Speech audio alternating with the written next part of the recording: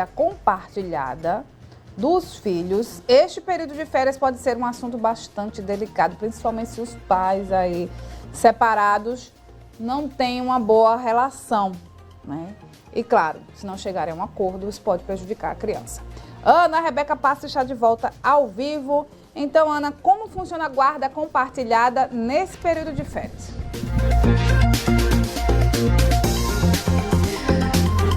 Oi, Renata, de volta. Como qualquer outra situação que tem guarda compartilhada, tá? Então, o master aqui é, de fato, o acordo, não é? Entre as partes. O bem-estar dessa criança tem que estar em primeiro lugar, certo? Então, é definir o prazo mesmo.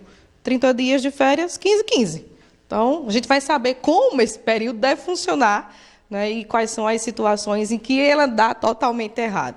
Mas pode dar muito problema se realmente não tiver ali, né, uma parceria desse casal. Né? A criança não tem nada a ver com a sua separação. A gente conversa com Larissa Barbosa, que é advogada de Direito da Família, também presidente da comissão dessa mesma área na OAB. Doutora, bom dia, bem-vinda à Rádio Cidade. É a conversa, né? Está num acordo, chegou o período de férias, funciona como se fosse normalmente ao longo do ano, né?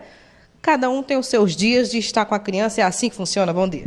É isso mesmo. Bom dia, Ana. Bom dia, Renata. Bom dia a todos os ouvintes da rádio. É exatamente isso. A gente precisa prezar pelo diálogo, né? E entender que o direito ao convívio, muito mais do que um direito dos pais, é um direito da criança. E no período das férias é justamente a oportunidade de lazer. E a criança tem o direito de ter esse lazer com ambos os pais, pai e mãe, né? E por isso é importante que realmente tenha essa compreensão e esse companheirismo, independente de não serem mais ali cônjuges ou companheiros, né, em vida de casal, para ter aí esses momentos com a criança com tranquilidade. Ô, Larissa, e aí 15, não é? O pai com 15 dias, a mãe 15 dias. Nesse período, o que é permitido? Uma viagem para fora do país? Tem que ser no Brasil? Quais são os detalhes que esse casal tem que atentar?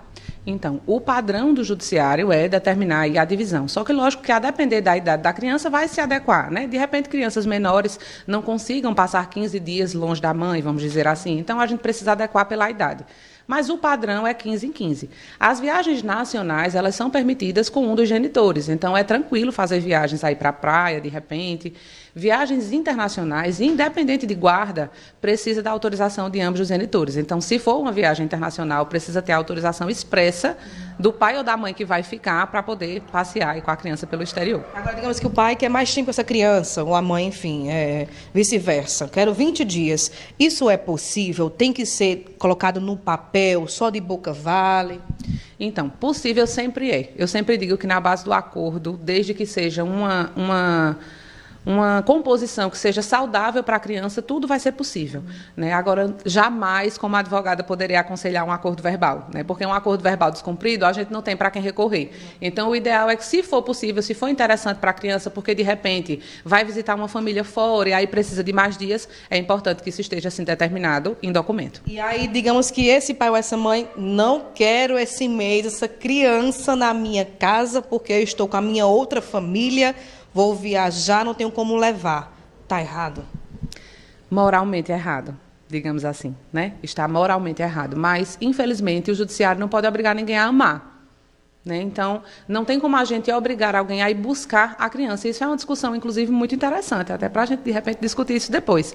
Porque quando um dos pais se nega a entregar a criança, existe uma medida judiciária que a gente chama de busca e apreensão. Mas quando um desses pais se nega a ir buscar, não existe nenhuma medida. Então, na maioria dos casos, quem sai prejudicada com isso, além da criança, é a mãe que fica ali presa sem poder nem fazer nenhuma programação, nem nenhuma atividade, porque está ali com a criança que o pai não foi buscar e não tem nenhuma medida efetiva que resolva isso de forma imediata. Quando não tem acordo entre as partes, tem que ir para a justiça?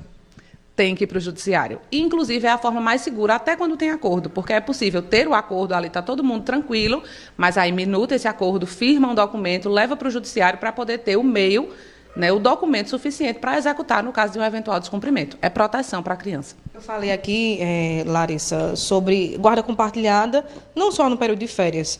como na vida dessa criança, é preciso pontuar as datas, os períodos. Então, funciona para qualquer situação.